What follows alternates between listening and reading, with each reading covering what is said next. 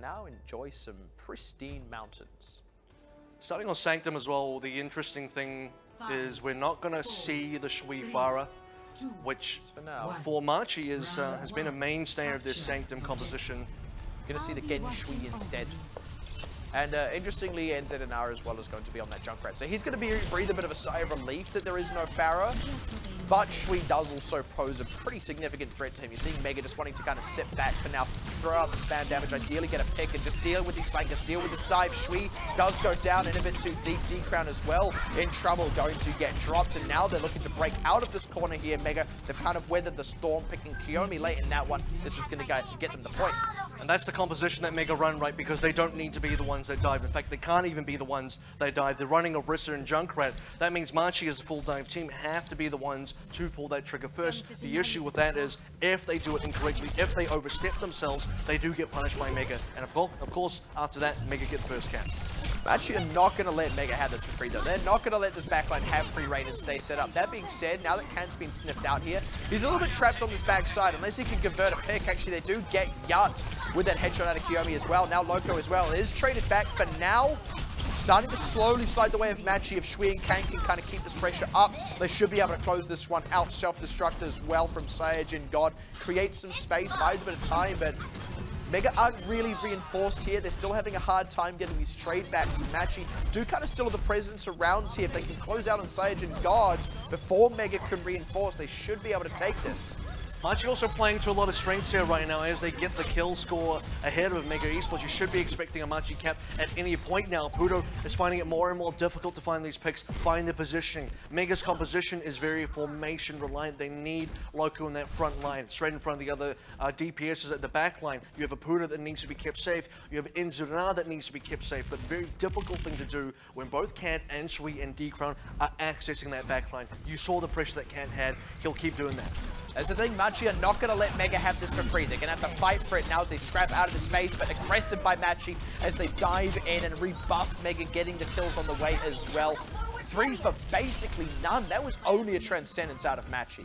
Starting to also see now the Widowmaker not being quite as useful as in the very first fight, because in the very first fight, Apudo gets to walk out onto the point, he gets to find an angle. Now going into fights 2 and 3, he's walking into big brawls, he's open, he's unchecked. In fact, he is checked, he's being checked a lot by Kant, and that's part of the issue.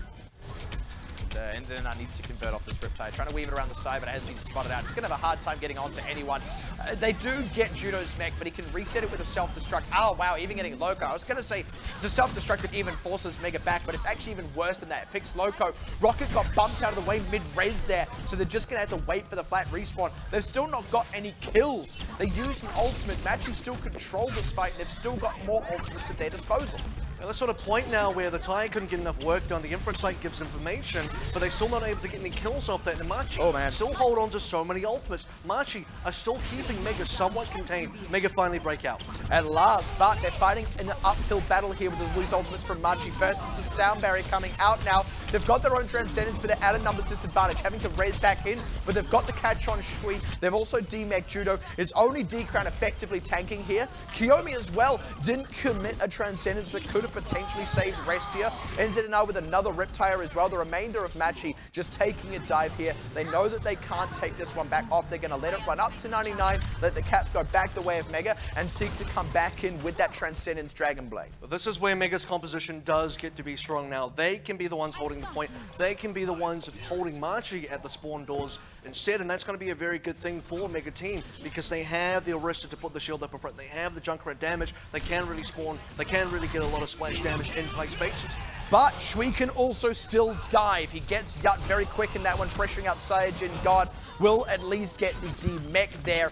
Judo, meanwhile, on the other side of that dive, was able to deal with a Pudo. D-Crown closing off on Saiyajin God. That's going to be a pretty convincing strike back from Machi. Like I said, those 2 ultimates were all they needed, and the conversion was quick and clean. That should be a full cap out now from Machi.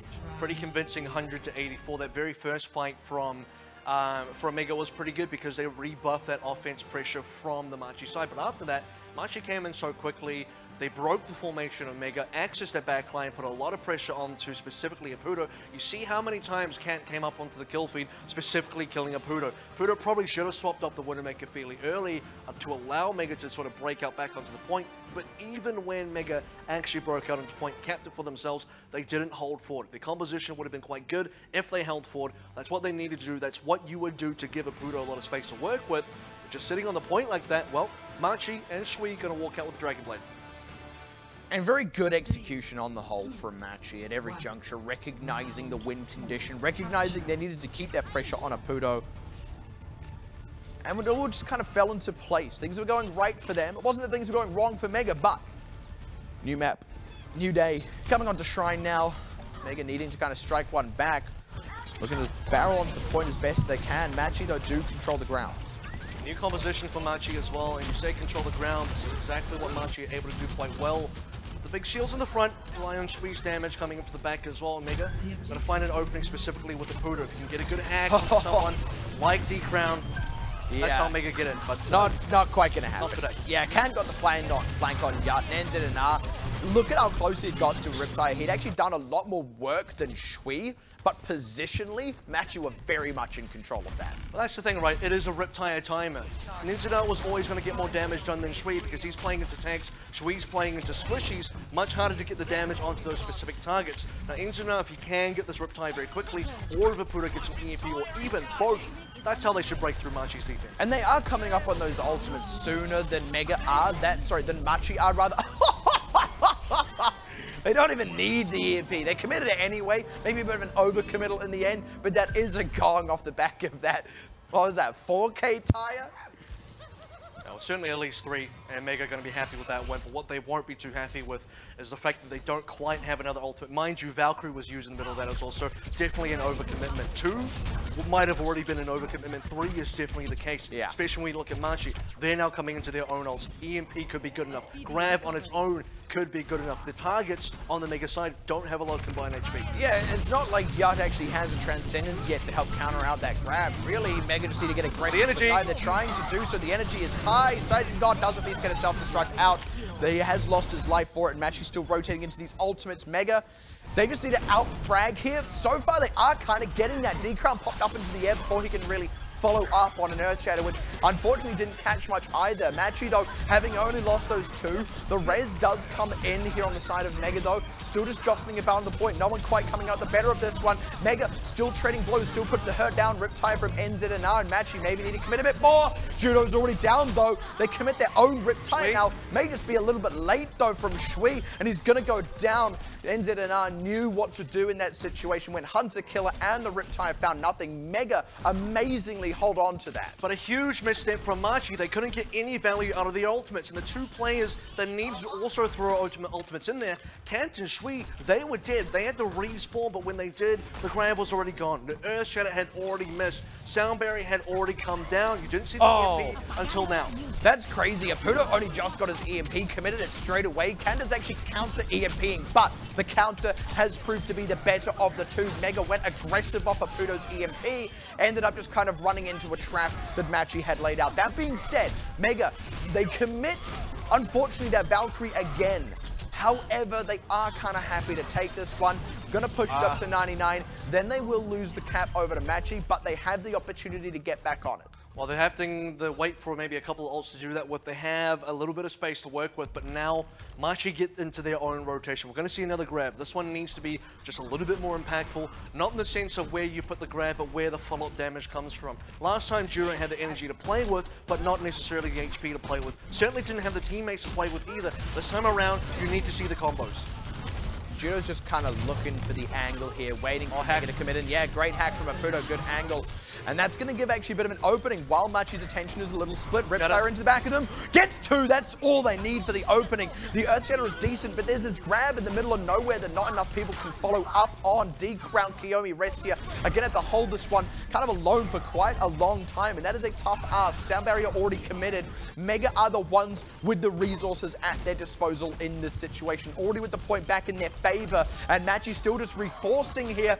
Shui, this Riptire's got to get a lot of work done. done. It has got a lot of work done. And Kiyomi getting Saiyajin God in that situation as well. Not a common one to see. Still just a little bit of time for Mega to have one last fight. But they had the point. They just couldn't close out the fight. That was a tough point to win, though, for Machi. They had to now overcommit ultimates again, and overcommit in a sense where they don't get the combos. We still haven't seen a Graviton Surge into a Riptide combination. We're not going to get to see that now because Judo has swapped onto his own Diva. Coming into the final offense now for both teams. Machi, they don't quite have the big tank ultimates, but they still got to hold on. These frontliners in a bit of trouble here. Apudo recalled quite a way back into NZNR, though. Here's this Riptide once again looking for these backliners. He's at least got Shui. That's a something. They've got Judo out of the mech as well. It removes that tank front line. This is looking like it's going to be a mega fight win, a mega conversion on the kill, a mega point cap, and then a mega tie to take us all the way, all the distance onto Village, the 99, the overtime ticking down, and we are going to go the distance. And even just on the first map so far, just on the poll,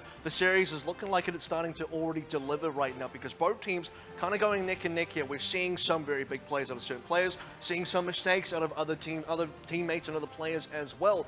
On Sanctum, it was the fact that Mega we're very vehemently staying on that composition, didn't quite want to change off, also wasn't particularly playing to the strengths. This time around, you're seeing kind of the opposite. It's Machi playing these big shield tanks, but never able to combo the ult spec properly together. Always falling short against the Riptide coming out from the Mega side. So it's kind of been, you know, a back and forth scenario for both sides. In Village, it has to be decided. I mean, that felt like a tale of two tires, and the reality is it was Shui who got 2 and NZNR who actually got 3.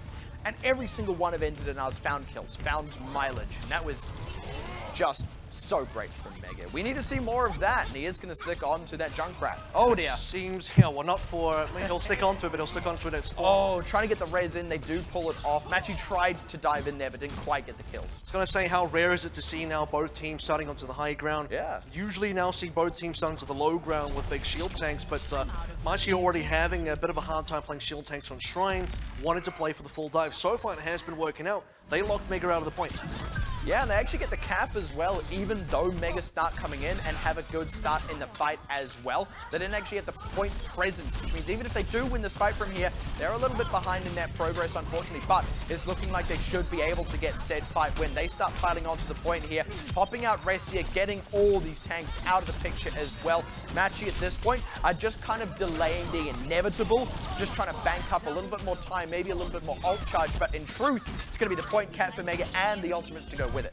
And that's the exact same thing, right? You said looking for a little bit more ult charge. Machi need a little bit more time, in fact, to get those ultimates into play. But for Mega, they found the damage, they find the ults, they have the ability now to snowball. And this is, by the way, a difficult comp to be able to play against Machi. Playing Sombra Junkrat, you'd be expecting to play into shield tanks again. But playing against Dive, a little bit harder to find value. All right, that's a 1-for-1 on the tanks there, and that was Saiyajin God who hadn't quite remixed, so now Judo self-destruct out, create some space. It's a very early Transcendence out of Kiyomi, so Mega still have a big opportunity here. Machi got the point cap over, even as Kiyomi does go down. Also, the EMP coming out, they get the conversion off it. They should be able to get the point back in their favor. Onto NZNR rather, out of Rockets. They're going to be able to hold on to the ground here, and I think Yut with that Transcendence. I think it was necessary in the end, but I almost might wish they had it for this next one. But that means that Machi, in 2 lost fights, are actually ahead on point progress. Well, they were able to get the cap in the middle, right? So Mega, despite winning, didn't claim any percentage points while they were winning that fight. And they had been pressured as well, which means they have to overcommit some ultimates in there. You commented on Yut's Transcendence there. It ended up being necessary just for Mega to recap, just for Mega to win that fight. And they did have that ultimate advantage, but not anymore. And that's the thing, Machi now have that opportunity to have that opening.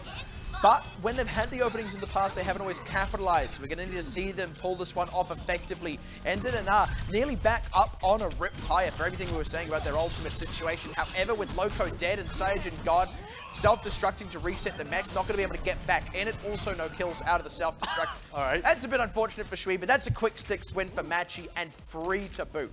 Didn't even have to use the Dragon Blade on that offense now. Still ahead in terms of the percentage points on this map. Got a lot of ultimates to play with. Just have to get past a Riptide. Apudo not even close to the EMP. Might see a couple of support ultimates from Mega, but still need time to charge that one too. Announced from NZNR. This is so easy to dodge. It's really easy to avoid. Oh man, spotted by Restia, didn't commit it in that situation. That means Mega, they're only just getting into it now, back into them. The dive in, the flank out as well from Can. He lost his life for it, but well worth it again. Very cheap for Machi. They only committed the one ultimate. I don't even know if Mega have time anymore. There's about 7 seconds for Mega to get onto this point. You're seeing emergency swaps for Pudo and Inzana, but there's just barely members. It's over. They can't get on the point. Machi, they recognized the situation, recognized that, unfortunately, Mega was still split off the back of that fight. And I mean, that's the thing with channeling that Junkrat tire. When it finally ends, whether or not you've got kills, you are miles away from your team. There's effectively a 5 versus 6. Machi took that and ran with it. But I do want to comment on that Riptide because there's a reason that it needed to be using. You could tell it wasn't a particularly, you know, it wasn't the best usage of tire at the end of the day. Obviously didn't get any kills. Obviously used it way too far away. But the problem is when you're playing Junkrat into a dive, if you use it while you are diving yourself, because you're also playing a semi-dive there, you're going to let your Junkrat die. He's going to get killed because there's no safe place to rip tire. If you stay behind to let the tire out, somebody on the other side dives you, gets a free kill. You don't even guarantee yourself a kill with the rip tire because you can get avoided. So just a tough place to be in. If you use it too late, you die. If you use it too early, you can't get kills. Yeah. There's almost no good place for him to use it. And unfortunately, that was the situation that Mega, you had to say, kind of put themselves in a sense. I mean, it was also just good execution out of Machi across the board. Like I said, even in lost fights, they were still getting time on the point in there. They were draining more of Mega's resources than they were using of their own. They were always keeping the pressure on Mega. And in the end, it was enough to tip the scales. And that means they've now put themselves 1-0 up in the series. I say this isn't going to be a 3-0, but it is on Mega to step it up. Hollywood may just be the place to do that. And now 3 times in a row, we're seeing composition be a huge part of success and defeat. Now, I'm not the kind of person that says, okay, it's all about composition. If you run the wrong composition, you're always guaranteed to lose. I'm a true believer in the fact that if you have a disadvantaged composition, you can still find ways to win. But unfortunately, sometimes you do also have to identify where those weaknesses are when you do in fact need to change. And for Mega now twice, we've seen situations like on Sanctum where they stayed onto the Widowmaker maybe a little bit too long. This time around onto Village, stayed onto the Junkrat a little bit too long. Doesn't get full value against dive. Junkrat is something you want to be running if you're expecting the other team to bring a lot of tanks to a map like Village. That wasn't the case for Machi. Unfortunately, Mega did get out-compositioned. Which is, yeah, a bit rough to say. I absolutely agree with you as well. At the end of the day, I mean, compositions are important, but execution is king. And we have to say, compositions notwithstanding, the execution was also consistently there for Machi. And that's the thing, like I say, even getting progress on points in those lost fights, always keeping the pressure up and onto Mega. It's that identification of the win condition and execution thereof. And if they can continue that trend here, Machi could be pushing themselves to match point. You also see there the win-loss statistics. That's the second time it's been even. I believe it was 40% for both. That was because it said 2 wins, 2 losses for Machi. So I'm trying to remember if it's the percentage that's wrong there or the win-loss record that's wrong there. I do believe Machi have played Nambani once. So I think it is that the win-loss record is the same. But either way, it's 2 wins apiece for these 2 teams. And I'd like to see if Mega can really bring out the win here as well to bring us to a guaranteed map 4. Certainly by looking at the performances on the poll where it did go 1-1, you kind of feel that for Mega, this is where you do begin to step it up. If Machi start to get away with the 2-0, start to threaten that 3-0, yeah, things get very difficult for Mega. And this is now Mega, who finished 2nd in their group, against Machi, who finished 3rd in their group. Going out 3-0 is not where Mega want to end their journey. We do often see, though, Mega, sometimes it takes a moment to get those wheels turning. D-making Judo does start to get there, kind of kickstarts the engine in a way. That does waste a lot of Machi's time. Probably not going to be able to kill Cantier, it seems. He should be able to back up, but it's an early pick for Mega. A lot of ultimate charge in the pocket as well. Very important first fight win, specifically for charging that EMP, which is what they need to continue the snowball. And right now, it looks like a decent dive. Hasn't quite converted the kills, though. Now they need to back up, and Judo was able to remake. That was the window that Mega were capitalizing on, but luckily, in failing to capitalize on that window. They also didn't overextend. They're not in a bad situation here. This is effectively all reset, dead even fight. Now Mega still trying to look for their leg up in it. Machi have to say the same for them though, and the Coalescence could well do it out of Kiyomi. That's going to be the pressure, but EMP, even more pressure from Apudo, the conversion being there as well, and Yut's own Coalescence. That's going to be all the kills sliding the way of Mega, NZNR, and Saiyajin's God Mech being the only casualties. The timing was so good from Mega there as well. They were waiting for that EMP to come out. Apudo's there on the sidelines saying, just stay here, keep the fight exactly where you are. I'm about to get the EMP, and when I get it, let's all dive on top of them. That's exactly what happened. 3 ultimates used by Mega there, which will now unfortunately put them behind in the ult economy. Let's see how Machi used theirs. Saiyajin God got into Mech, quick, smart. Oh, Camp was ready for Apudo's recall, but they do lose Kiyomi in this one. This is now pressure coming out of Machi, but it's Shui in trouble. They've got the kills, at least for now, but they are getting traded back. NZNR is still in this fight. Apudo also making his way back in. Loco can start stalling, but D-Crown can stall in equal measure, and Machi's respawns are closer. NZNR is going to have to get a lot more work done, and he's having a hard time doing that. Having a hard time getting the wraparound on these members. For the most part, they've kept tabs on him. Pulse Bomb is going to have to start pulling some weight, I think. And Apudo going down for a second time in the fighting of only just rejoined. Corner trap on Kiyomi, not quite closing out, but Loco still being in this fight means they've been able to reset the tank. Saiyajin God only just losing the mech in that situation. They've been able to stabilize and hold out. But the problem there for Machi Esports is they couldn't quite break through Loco's primal rage. It gave enough time for Mega to reinforce themselves. NZNR did miss a Pulse Bomb, but his damage was still good. Don't forget, he managed to get himself about 2 kills in that last engagement, although it was a long engagement. This is, by the way, also the first time we're seeing NZNR on Tracer in the series. It is, however, an opportunity again for Machi. The Coalescence in here. Saiyajin God as well actually had to go back to base to reset the mech. He's still on his way back in. If they can capitalize on the numerical advantage, Machi should be able to start closing out the fight. Apudo is also looking to come in with that EMP. He needs to get his health topped off first. There's going to be the commit. Very convincing. They knew they'd already taken the tanks out of the picture there. They had the window to commit the EMP, and that's another fight win for Mega. But once again, it's a lot of ultimates at least charged up for Machi, and they do still have one last fight. But this is the window, right? Machi have already had this window of a couple of minutes ago in a previous fight. This time around, they have to be able to execute on this player advantage, or rather ultimate advantage, because that is what they're working with currently. Now, Mega could and probably even should be able to get a couple of ults themselves, but at least it's not going to be another EMP. Oh, nice. Aggressive move from Mega right onto Kant. Trying to take the legs out from underneath the fight. Getting D-Crown as well. Only 20 seconds. They're probably not enough time to reset. And Machi know they can't use ultimates They can stall judo. Oh, my goodness. No. Shui standing still there is going to get run down by NZNR. Definitely not enough time to wait for his respawn. And like you said, the stall on judo. I don't even know if Machi can get to this point here. This is looking like it's going to be a full hold for Mega. Still getting kills this late stage in the fight as Machi have to dive bomb for the point, and it's not quite going to happen for them. Not enough members, not enough coordination. That was great execution from Mega, recognizing that opportunity. Last ditch here from Shui, not going to get the conversion. That's going to be a full hold coming through from Mega. And that's set up for the win by Mega as well. So cleanly executed. The fact that they knew, look, Machi are running out of time. Machi do have a lot of ultimates, but you don't get to use those ultimates if we convert the kills first. If we get to use our own ultimates, you're starting to now see the final members from Machi coming in. Never as a full unit though. They never get that full 6 members onto that point. It's a couple of members one by one, still waiting for a couple of respawners, but you can't afford to wait. You just got to go for the point. And there was this split-second moment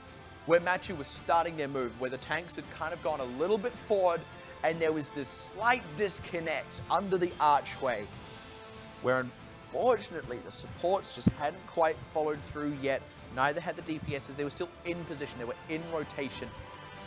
Mega, that was their most decisive in that one particular movement, in that one particular dive onto the back line of Machi. And it was at the most crucial moment. That's what made the defense up to that point count, because that's what turned it into a full hold, and now they only need to cap a third to even up this series. And it's a worthwhile aggressive risk as well, and I say risk because there is an opportunity that Machi, if they see it coming, they can respond, they can react, they can use their own ultimates to try and punish over aggression from Mega. That wasn't the case though. Mega understood what the risk was, and that is, if we win this fight, we're just going to win that defense and get that full A hold all clear. But if we don't win, while we weren't kind of favored anyway in that defense, they're coming in with the ultimate advantage. We're slightly behind on ultimates. We can't let them just fight on the point for free. We have to take the fight to them. That's exactly what happened. Mega, they just understood what they needed to do. This is what we expected really out of both of these teams. I would be very stunned if at this point this does go to a tie.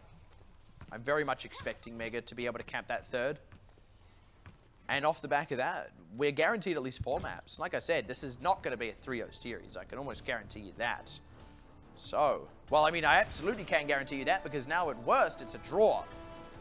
What we are going to see that's a little bit different is that Machi, because they're not running a dive on their own defense, you're not going to see the same kind of aggression that Mega had on their defense. You're going to see Machi pull back, give some space, but you are looking for them to play for a disengage kind of composition where they want Mega to dive in so they can punish divers. That's what the Hog's good at. That's what the Orisa's good at. Certainly what McCree does. They spotted out the Junkrat trap. They know what they're diving into, and they get right into the thick of it. Unfortunately, though, they don't get the early kills that they were needing. Don't quite get the convincing wraparound. Ooh, barely breaking the hook there was Yutney. Should be able to float back to safety, but the rest of his team, not so lucky. You can see how much impact can have the Roadhog as well. Hook straight onto Cyajin God. Really breaks down a big part of that the dive. You don't have both the tanks diving on the same target at the same time. You don't have the defensive matrix keeping Loco alive. Mega's offense falls apart quite quickly when Machi can just pick them apart. Junkrat concussive mines, hooks, halts, flashbangs, a lot of these utility tools stop Mega in their tracks. And that's exactly what they're building for here. It's going to be hard for Mega. It's going to be an uphill battle no matter how you slice it. Oh, Judo stuns himself! And that dies to a Pudo. Little bit not late enough on that flashbang coming out. Pudo, though, is low, has to back out. Can take a breather and top himself back off. So despite that cute little play out of a Pudo, that slight mistime from Judo, all is forgiven. He gets res back in, and Machi do keep the hold going. But they are starting to be able to access that backline. That's part of the strength right now. Part of the weaknesses. If you get hooked by Camp, that's basically instant death. And so far, it doesn't appear that he's really missed. If he's missed, it's a very low percentage of missing because he's mostly hit basically every single hook. And when you're hitting every single hook, you're getting basically every single kill as well. Yeah, people are going to die. And that's the thing, like you said, you don't just need to hook and kill squishies here. Hooking the tanks displaces them. It disrupts the dive. It's just as good as anything. We're going to get a pulse bomb in on the back line. Gets the stick on Kiyomi. That's an opening here for Mega now.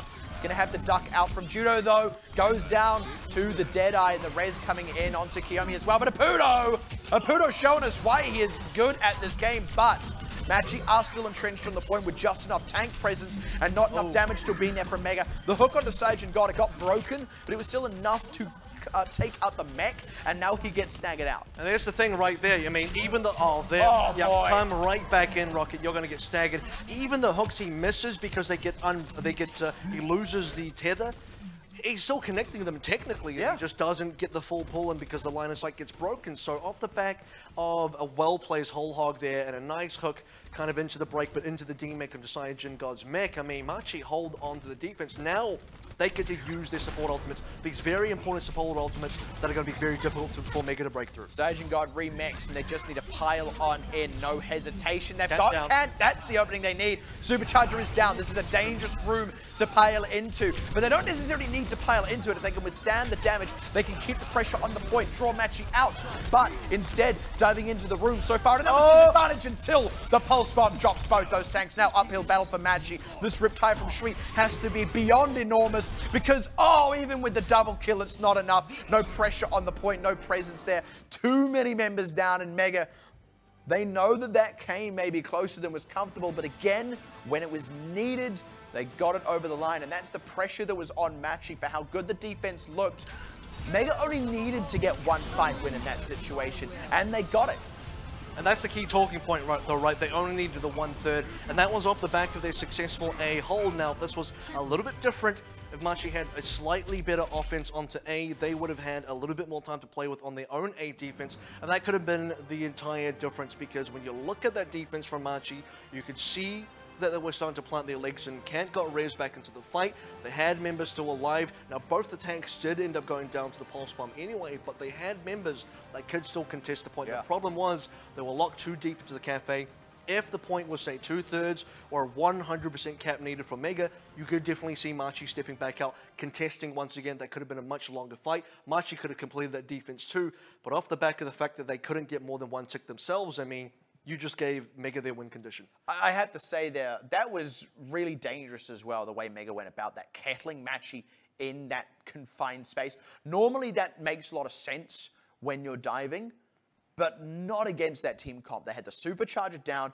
You try and go in that narrow space, you get flashbanged, you're in the middle of all their damage. Normally it's a good way to go. It keeps the defenders off the point, lets you set up on the point, forces them onto the back foot where suddenly they're having to attack you, which is also really dangerous for the defender when you only need to gap a third. It means they have to act. So Mega trying to pressure that further was really, really risky. That was where things could have gone south. But I have to, again, commend them. Despite the risk, there were no missteps, there were no flashbang picks, there were no hooks coming through, no halts, no nothing.